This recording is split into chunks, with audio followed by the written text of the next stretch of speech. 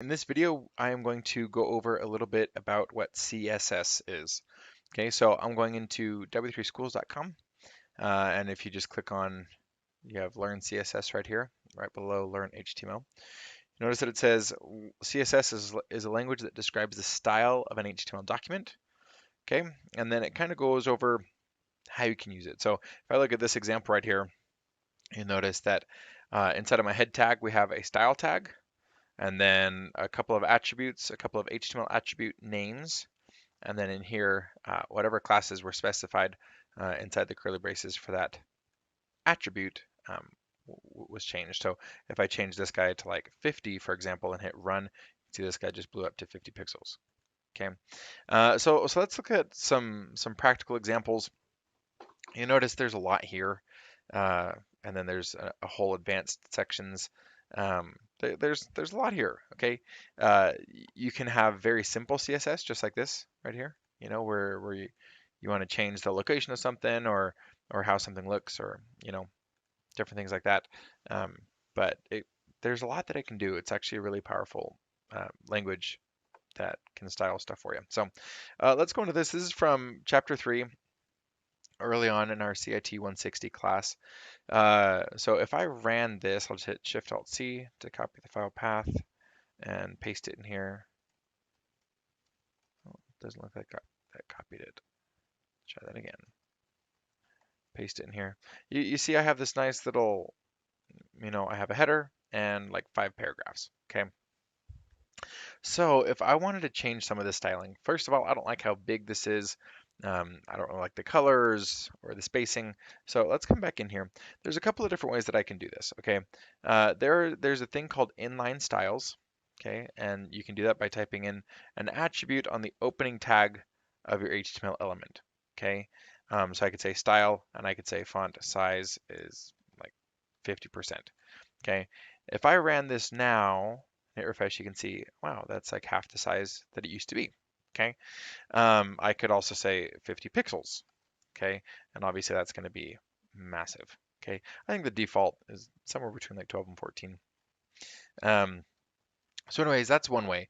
If I wanted to have multiple, let's go back to 50% here. If I wanted to have multiple style commands in here, I could just put a semicolon and then a space, and then I could also say, oh, and the color I want to be like pink.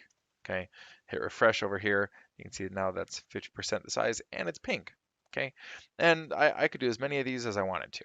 Okay, this is what is called an inline style. I never recommend that you use them. Okay, just leave them out.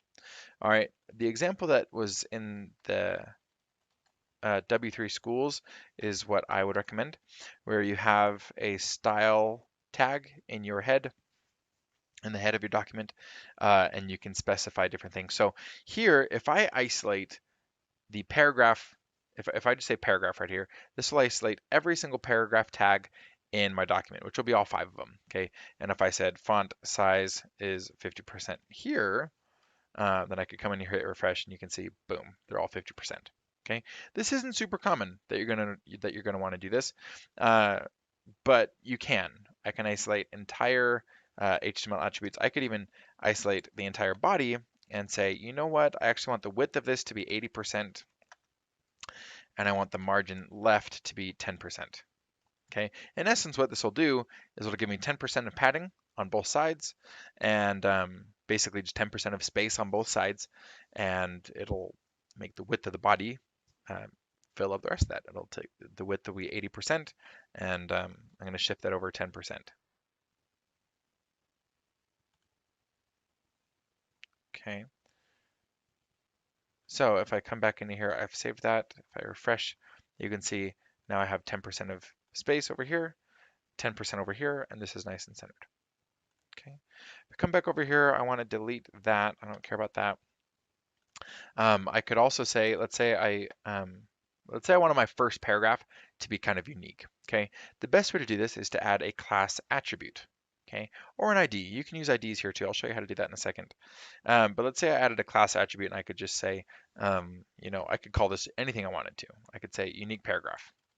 Okay, I could copy this, paste it up here. All right, notice that this color hasn't changed at all.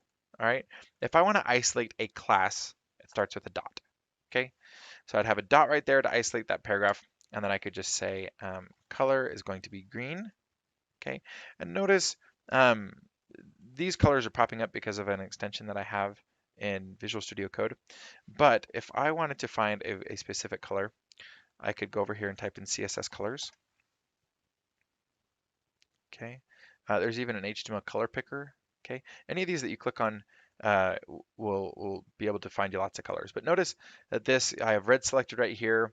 Here's what it looks like. Here is this code. I can use that directly in my CSS, and you can see here's all these different codes for all of these. Okay, I click on that one. They've all changed, and let's say I wanted to do this like dark green for that color. Okay, I would copy that code, come back over here and say, you know what, I want this unique paragraph to be that color, and see it found that.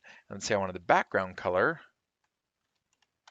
to be, and let's find a nice beautiful color here. Let's make it like a light pink, and I would put that code right there. Okay, I could save this, come back over here, hit refresh. You can see here's my unique paragraph. Okay, the color will change the color of the text, and then I made the background color of this paragraph be that light pink. Okay, you can see I have my unique paragraph class right here. All right, and anywhere I put this class, it will apply to whatever's inside of it.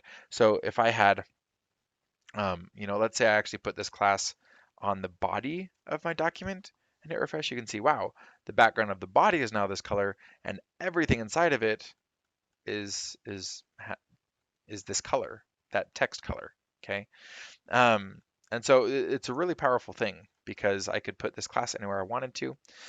In addition to that, let's say I wanted two paragraphs to look like this. Okay, probably the most efficient way to do that would be to have a div, which is short for divider, and I would put these two paragraphs inside of this div. Okay, let's format that nicely, and then in here I would say class unique paragraph and hit save. Okay, so if we look at this, I have this div with two paragraphs inside of it, and these other paragraphs aren't inside of it. If I hit refresh now, you can see that that class is now covering these two paragraphs. Okay, so this is just, this is just a simple example of how you can use a div, how you can use a class. You can have as many classes as you want in here. You can have classes. I could have this reference, the second paragraph or different things like that. If you come back over here, you can look at all sorts of different things. You can see how you can style tables to look good. And notice if I look at this, it has attributes for the table head, and the table columns. Okay, and so I can do that. If I wanted to, I could say, I actually want the body and all paragraphs to have a certain attribute, and I want their background colors to be red or something, and then this would apply to all attributes that I'm stating. I can do that with classes too. I can do that with IDs. Let's go ahead and look at IDs real quick. If I wanted to reference an ID, let's say this was an ID instead of a class. Notice if I hit save right now and hit refresh, nothing changed. It's because it didn't find an ID or it didn't find a class that was called unique paragraph. Okay, this is now an ID, and I would just change this dot to this number symbol.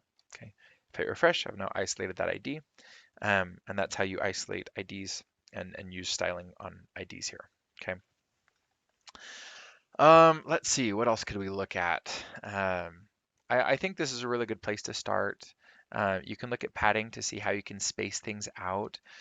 Let's say I had a button. Let's go ahead and make a quick button. This is a button. I'll save it and come back over here and refresh it. You can see I have this very ugly button. Okay, but I can come into here and say, let's say I have pretty button. I'm going to call this class a pretty button class. Okay, and I could isolate this button by doing this, but this would by default isolate all buttons in the document, and I don't really fancy that very much. So I'm going to take this class name and say class, paste it in there, and then in here I could say width is going to be 200 pixels. Height is going to be, let's say, 30 pixels. You know, let's say 50 pixels. Make this one massive button. Let's say our padding is going to be, let's say 10 pixels. Okay. Now, what this will do, the padding will give the stuff inside of here some space. We have our height set at 50 pixels, the width set at 200 pixels. I could set my font size to 150%, blow that up just a little bit. Okay. Now, one cool thing that I do want to show you, if I right click on this and hit inspect, you can see this button right here. Okay. Notice when I hover over it, you see all these colors. There's that blue, that green, and if I look at this, you can see, wow, there's blue and green and yellow and orange. Okay. There's my border. There's my padding. Notice it says 10, 10, 10, 10. It's because I set the padding at 10 pixels. Okay. If I come back into here, I can see my padding's at 10. I could say 10 pixels and 0 pixels if I put in like two parameters right here, basically, then it'll just kind of go around the clock. You know, if I look at this button, you can see it's 10 on top, 10 on bottom, and 0 on the sides. Okay, which we can't really see very much because there's not that much stuff there. All right. Um, but if I wanted to, I could also add 4 parameters for this. I could say 50 pixels on the bottom and 0 on the left, and refresh that, and you can see, wow, there's some more padding there. You can see 10, 0, 50, 0. Okay, and so these developer tools can really help there. I can also see this class coming up over here. I could uncheck that to see what it would look like if I totally remove that padding, or this font size, or that height, or that width. Okay, and so you can kind of play around with different things here. You can also add um, attributes here. If I just like double click, I could say color is red. Okay, and then it changed my font color. Okay, so these developer tools are helpful, especially when things aren't working quite how you expect. But yeah, let me just remove that. Have our button there. But lots of different things that you can do.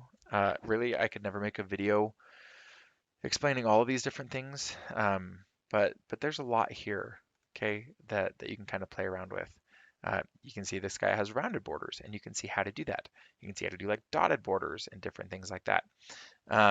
You know, so anytime you want to do something with styling, be like, oh, just go to Google and be like HTML center something in the page, or center a div, or make something transparent or semi-transparent, you know, and anything that you want to do, just Google it. Um, and likely something from W3 Schools will come up showing you how you can do different things. But yeah, if you have any questions, just let me know. I hope that this was at least helpful in showing you how to get started, you know, where you can isolate an ID or isolate a class.